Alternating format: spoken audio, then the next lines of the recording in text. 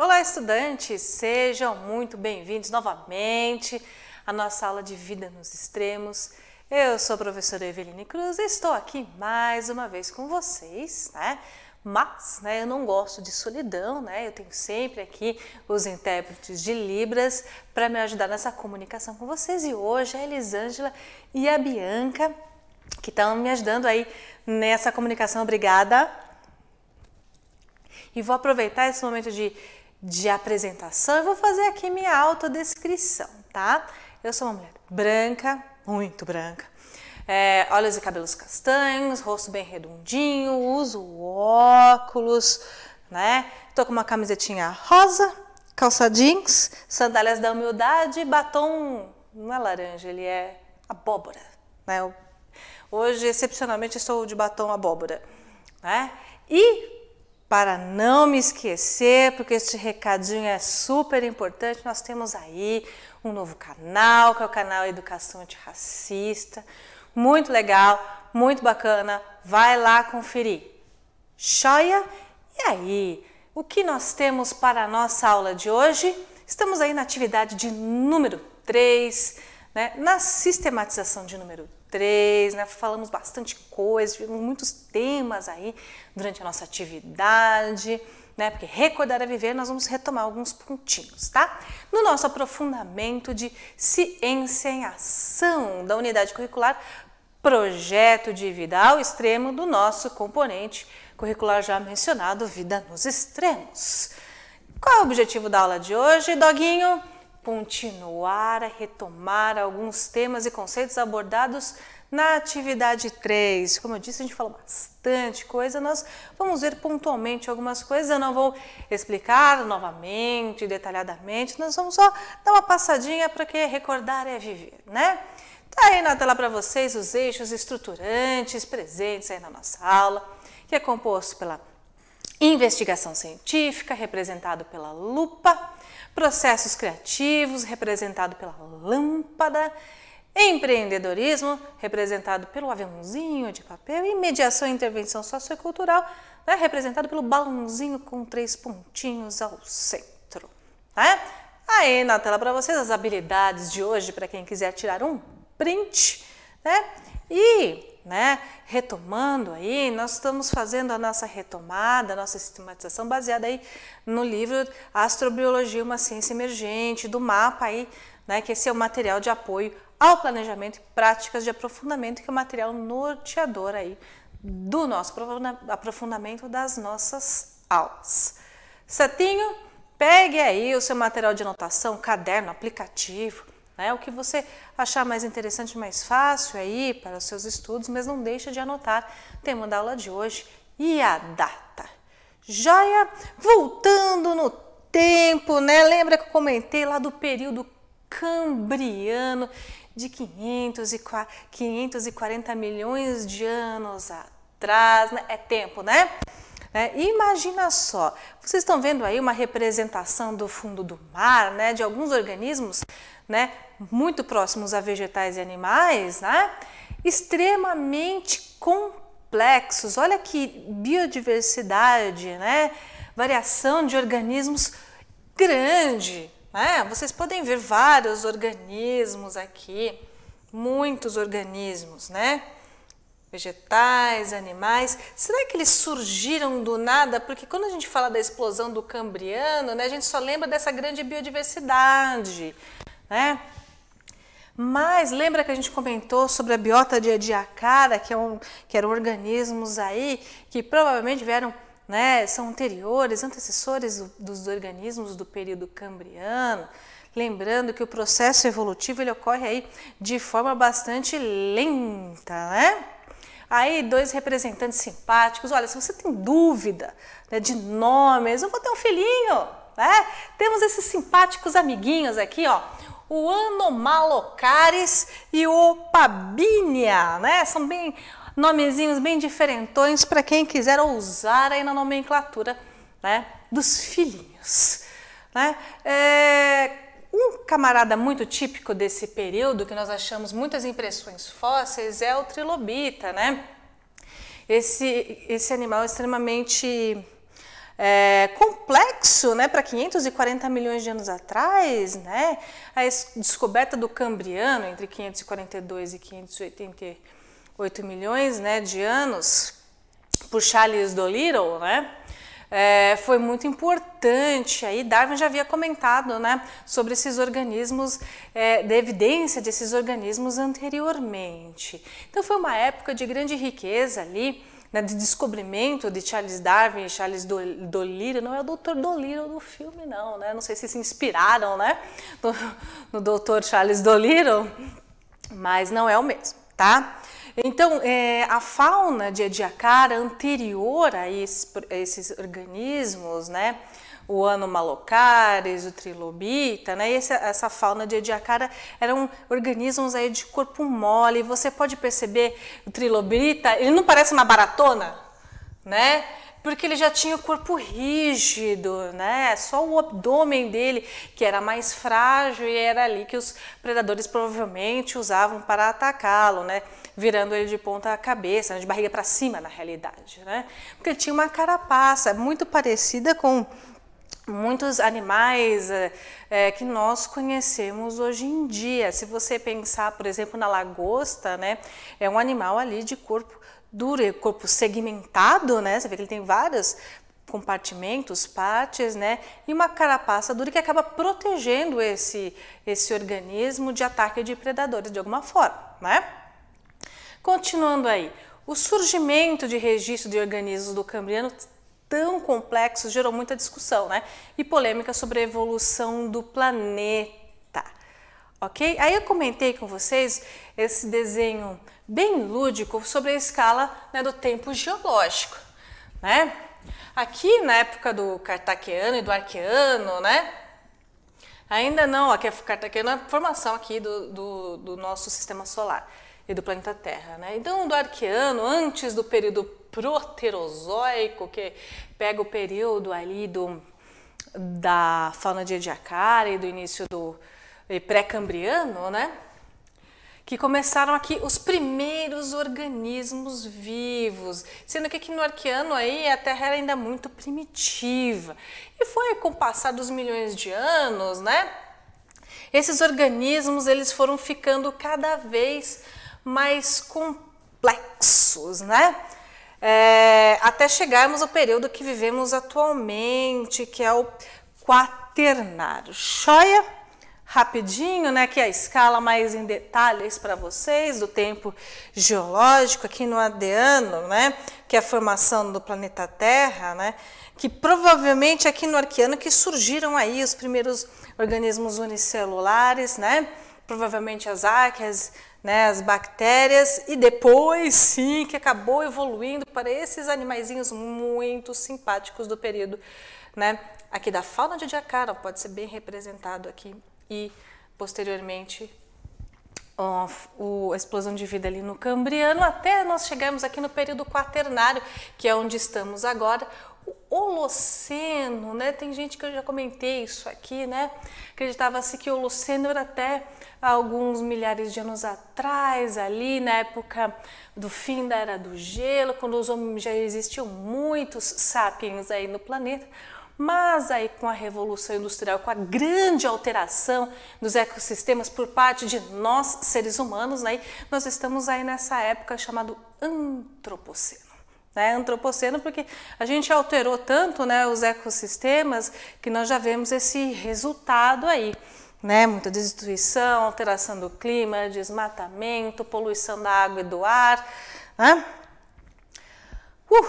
Biota de Ediacara, que eu já comentei com vocês, né? Esses organismos aí que vieram antes, né, do período Cambriano, não tinham partes duras, eram organismos de corpo mole. Acredita-se que para se defender de predadores, esses organismos acabaram evoluindo aí para animais e organismos de carapaça mais dura, né? Lembrando que vários fatores contribuem para a evolução de um organismo, né? A competição, né, e a predação são deles, né? Foram considerados precursores de animais, algas, protozoários gigantes, extintos e bactérias. Eram organismos acolchoados e fractais, ocos, tanto que hoje em dia, né, a gente não tem assim um fóssil olha, esse era o animal. Nós temos uma impressão, é como se fosse uma digital daquele fóssil. Porque é muito difícil conservar um organismo, houver um processo de fossilização de um organismo que ele não tem corpo duro, não tem parte dura, não tem osso, né? Não tem esqueleto ou não tem uma carapaça, né? Porque as partes moles, elas acabam se decompondo e somem, né?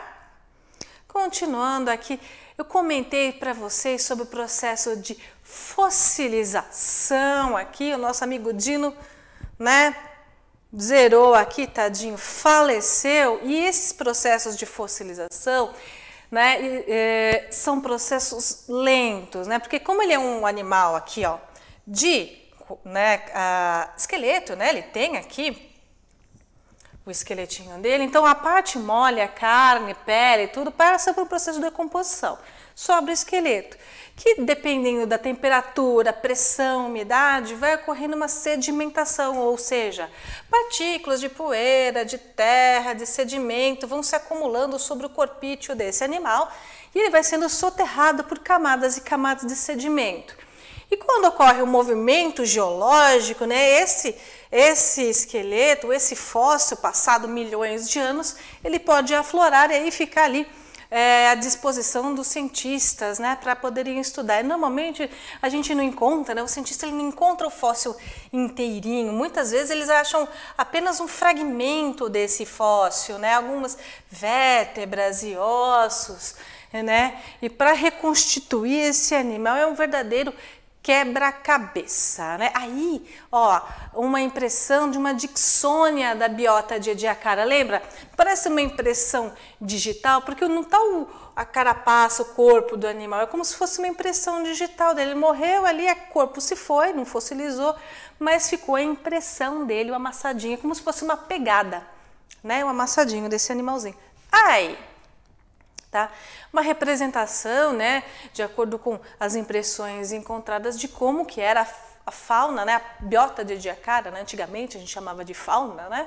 Hoje a gente chama de biota de Ediacara, porque provavelmente eles não deram origem apenas aos animais, né, mas como já mencionado, a protozoários e vegetais, né, e são anteriores, de novo frisando, anteriores aos organismos do Cambriano, ou seja, anteriores ao trilobita. Nossa, eu estudei tanto trilobita na época da faculdade. Dawkins, já ouviram falar em Richard Dawkins, um biólogo, né, naturalista? Afirmava que os animais apareceram antes da explosão da vida do Cambriano, que é essa teoria aí da fauna de Ediacara, tá? Antes da biota de Ediacara. Então, volta aqui, ó. Olha só como esses organismos ainda são muito complexos. Vocês acham que de uma bactériazinha já se tornou um ser tão complexo como esse, com caule, fixação no substrato, um corpo grande, um ser multicelular como esse? Não, né? Provavelmente para chegar nesse estágio aí, ele já passou por um grande processo evolutivo, né? Então aí ele afirmava que animais surgem antes do registro fóssil, assim como mamíferos surgiram à sombra dos dinossauros. 65 milhões de anos atrás, no período Cretáceo, houve, né, a grande extinção, né, dos dinossauros, culminado, o ponto final foi aquele meteoro, né, que atingiu a Terra, mas os continentes aí estavam em grande processo de separação, Gondwana e tal, para ter essa formatação que a gente tem hoje. Então havia muitos vulcões, havia muita instabilidade, terremotos. Então já havia ali um processo difícil para esses dinossauros, né? O meteoro só foi mais a cereja no bolo que acabou com tudo realmente, mas já existiam pequenos mamíferos vivendo naquela época, né? Só que os dinossauros eram os reis, né? Imagina você pequenininho desse tamanho, né? E uns dinossauros enormes, existiam dinossauros também pequenos, o tamanho de uma galinha que tem hoje, é que a gente lembra do T-Rex, né? Mas eles tinham que sobreviver nesse ambiente. Quando esses dinossauros, né, foram extintos, opa, abriu espaço para mim. Né, esses pequenos mamíferos que viviam escondidos em tocas, se alimentavam de qualquer coisa, se escondiam quando o clima estava muito quente dentro da toca, eles sobreviveram. né? E passaram essas características aos seus descendentes e foram se diversificando com o passar dos milhões de anos. Então eles já existiam, não surgiu do nada. Olha, morreu os dinossauros, agora tem espaço, né, para vai surgir o mamífero. Não, já existia alguns mamíferos naquela época, tá? Isso abriu um espaço para eles se desenvolverem mais, né? Não tinha mais aquela competição, né? E aquela fuga dos dinossauros. Imagina que ele devia ser, coitadinho, um petisco, né? Para os dinossauros que eram carnívoros, né? Porque muitos deles eram herbívoros, tá? Muitos dinossauros, né?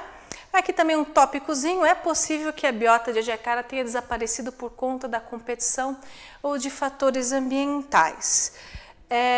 Meu povo, durante o período aí de evolução do planeta Terra de 4 bilhões de anos para cá, 4 bilhões e meio de anos para cá, muita coisa aconteceu, ocorreram várias extinções em massa, alterações de clima, questões de tectônica de placas, chuvas de meteoros, né? Terra bola de neve, enfim, vários acontecimentos, né, que no final de cada acontecimento, muitas espécies acabavam não se adaptando e se extinguindo. O que pode ter acontecido ou com a biota de Ediacara, ou parte dessa biota teria evoluído para os organismos do período cambriano.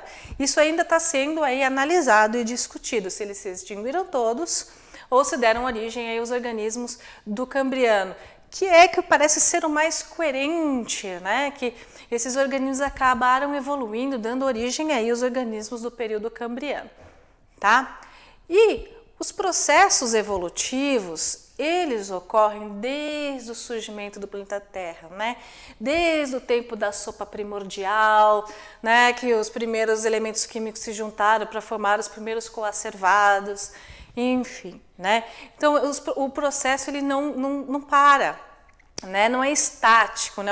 Surge um ser vivo, esse ser vai ser estático, não vai evoluir, não vai se modificar de nenhuma forma. Isso não ocorre. O que mostram as evidências científicas, né, que normalmente esses organismos vão se diversificando. O que acontece é que muitos se adaptam tão bem vivendo de uma determinada forma, né, que podem surgir até outros, mas existem indivíduos que permanecem iguais. Por exemplo, a tartaruga, né, é um ser extremamente, um réptil extremamente antigo. Existem N espécies de tartaruga, de água doce, de água salgada, os cágados, enfim, né? Mas eles já remontam desde a época dos dinossauros, né? Então é um ser vivo extremamente adaptado. E muito ocorre também com muitos organismos marinhos, como esponjas, por exemplo, né? E esses organismos, eles sofrem aí o processo da evolução darwiniana, ou seja, por seleção natural, né? E quanto mais eles sofrem esse processo de seleção natural, né, mais aumenta a biodiversidade.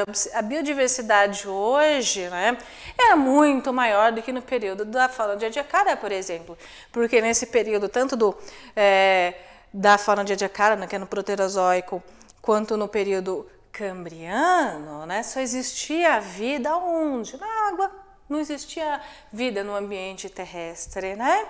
Então esse ambiente terrestre ele demorou, enquanto a vida explodia nos oceanos, a Terra ainda não havia sido colonizada, nem por vegetais, porque precisou de muitos milhões de anos para que a atmosfera se inundasse de oxigênio, para que surgisse a camada de ozônio, para filtrar um pouquinho, né, a radiação ultravioleta do Sol, que não ficasse um solo tão escaldante, aí sim, né, a colonização do ambiente terrestre por várias espécies de organismos, vegetais, animais, protozoários, enfim, fungos, né? Aí ocorreu o processo todo de evolução darwiniana, isso eu já comentei lá nas primeiras aulas, né? Continuando, os ecossistemas planetários respondem a eventos ocorridos na vizinhança do cosmos, ou seja, somos sim bombardeados até hoje por meteoros, meteoritos, né? Mas a maioria deles são de pequeno porte, né? Só que no passado isso foi muito evidente, né? Há períodos no início ali da formação do planeta era uma chuva de meteoro, de assim e outro também, né? E meteoros de grande porte, né? Existe até a teoria de que vários elementos químicos, inclusive água, vieram por meio, né, desses meteoros. E mais, o nosso Sol, sim, fundamental para a vida, para os processos de fotossíntese, né? Ele também exerce uma grande influência. Imagina, quando as atividades solares são mais intensas, o que ocorre de período em período, até os satélites aqui, né, que ficam na órbita da Terra, eles sofrem essa interferência, né? Então isso pode causar danos até na comunicação aqui, né? Problemas de navegação em aviões. Então os cientistas, né, os técnicos ficam sempre de olho ali em se o Sol vai tossir em algum momento ou não. E nós sabemos que um dia ele vai se expandir e vai fritar o planeta Terra, mas vai demorar muito, tá? Não estaremos aqui. Não estaremos aqui, né? Com a evolução do Sol, mudanças ambientais domésticas, ou seja, que ocorrem na Terra, né, acontecem até que a vida seja inviável nesse planeta. Porque o que vai acontecer? O Sol vai se expandir, né? Ele vai começar a engolir, vamos dizer assim, os planetas que estão mais próximos dele, né? Até o momento que ele vai se extinguir de vez, mas vai demorar. Até lá a gente não sabe se nós mesmos vamos destruir aí o planeta, né? Porque a gente só polui, né? Só extrai recursos, só polui a água, né? Queima pneu, enfim, nós mesmos já estamos transformando o planeta Terra num lugar bem inóspito. E outro fator interessante para que seja considerado esse período que estamos vivendo de antropoceno é uma nova extinção em massa, né? Existem seres vivos, plantas, animais, fungos que já se extinguiram e nós não tivemos nem tempo de catalogar ainda, né? Ou por pesca predatória, falando de peixes, né?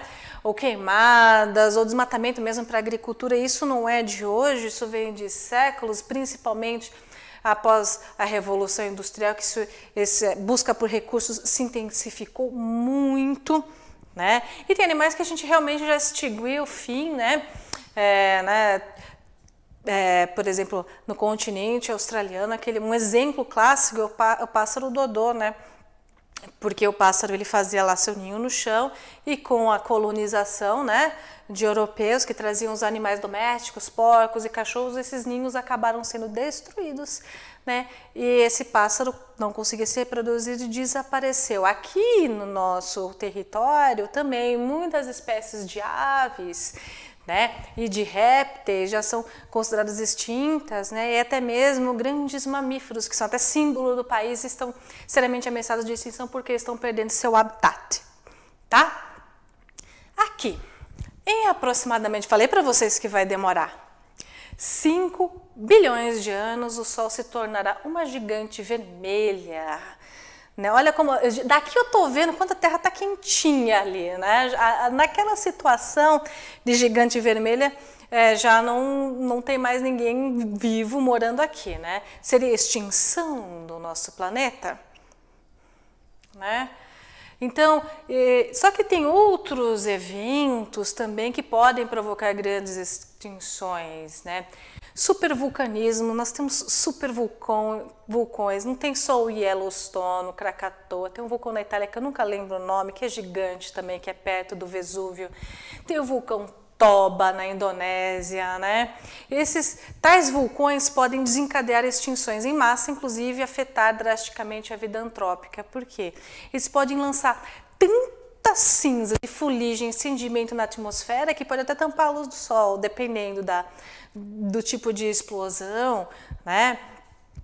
Alterar o ambiente no boa parte do planeta. Por exemplo, o Yellowstone, que é o mais famoso, boa parte da América do Norte, né, é afetada pela explosão do Yellowstone. Ele tem uma caldeira muito grande, né?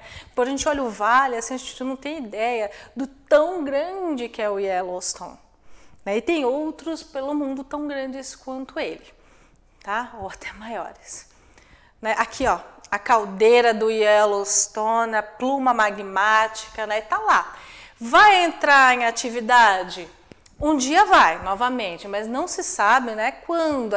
Pela medição dos cientistas aí, na nossa era, aqui pelos próximos anos, não há sinal de que ele vá ter uma grande erupção, né?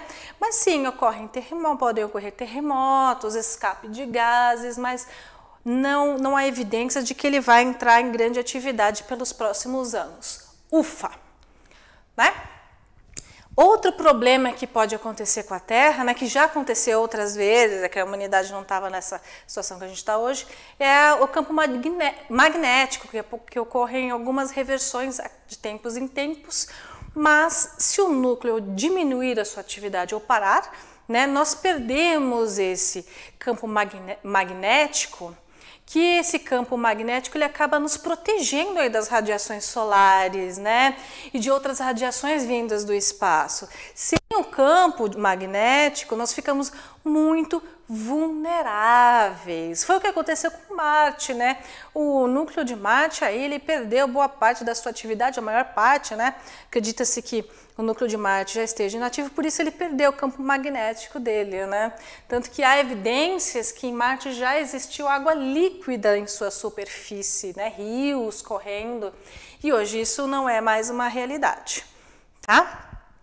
Continuando, olha aí a representação simpática do campo, olha como protege, desvia os raios solares da gente, né?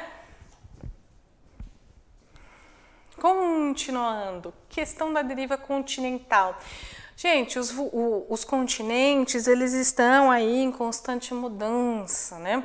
Esses terremotos e vulcanismo aí são uma evidência do que ocorre. Sim, né? O continente sul-americano ainda está se afastando do continente africano. Coisa de centímetro, né? Pouquinho por ano, bem pouquinho, mas ainda está, né? Outros, por exemplo, a Fossa das Marianas também está em atividade, porque a placa do Pacífico, a tendência, né, que acredita-se que daqui a 200 milhões de anos, o Pacífico, né, não vai existir mais, que todos os continentes vão formar um continente só. Existem muitas teorias nesse sentido, mas o fato é que a deriva continental está ativa, ainda bem, porque quer dizer que o núcleo está em atividade, né? Uma coisa leva a outra, né? A placa indiana continua ainda encontro ali da placa asiática. A África também já está em processo de também separação em um território, né? A própria do Golfo da Califórnia, né? A tendência daquela região ali é tornar-se uma ilha, né? Lembra? Já viram aquele filme sobre a Falha de Santo André? Muito bom. Né? Aí, como eu comentei das Fossas das Marianas, né? Porque aqui, ó, tem uma placa, né, continental, né, e a placa pacífica ela está entrando no processo de subducção aqui para o manto, e aqui vai se fundir, formar manto novamente, formar magma novamente, né, e aqui forma o que? Na Fossa das Marianas nada mais é do que um grande abismo, que é essa cicatriz aí de uma placa, né, sendo, né, entrando embaixo de uma outra placa, ok? Né? Comentando um pouco aí também sobre a radiação solar, tá? Eras glaciais, né? A última era do gelo terminou aí cerca de 12 aí, 15 mil anos atrás, né? Que coincidiu mais ou menos quando os Homo sapiens deixaram de ser coletores caçadores e se tornaram agricultores, né? Mas ocorreram, como eu já comentei no início da aula, muitos eventos aí de extinção em massa, e inclusive um deles foi o Terra Bola de Neve, que ela ficou com essa aparência aí, como se fosse uma grande bola de neve. Nesse período ocorreu um processo enorme de extinção, tá? E o último período terminou efetivamente há 20 mil anos, mas há vestígios aí, dependendo da literatura que você pega, 17 mil anos, 15 mil anos, depende também muito do lugar, né? Tem lugares aí que o gelo demorou mais para recuar. Se você pegar a história aí dos grandes lagos americanos, né, que foram se formados com o fim da última era do gelo, você vai me entender, né? E para dar uma finalizada ali, né? Explosões astronômicas, impactos de meteoros, nós sofremos grande influência disso. Existe a ameaça de um dia, né, nós aí sermos vítimas, né, de um grande meteoro? Existe, né, mas tem tecnologia já para a gente dar uma desviadinha, né? Bom, pessoal, ela passou assim, ó, num pulo. Esse material está disponível para vocês aí no repositório. Espero que vocês tenham apreciado aí a nossa retomada. Agradeço a atenção de todos. Muito obrigada. Tchau, tchau.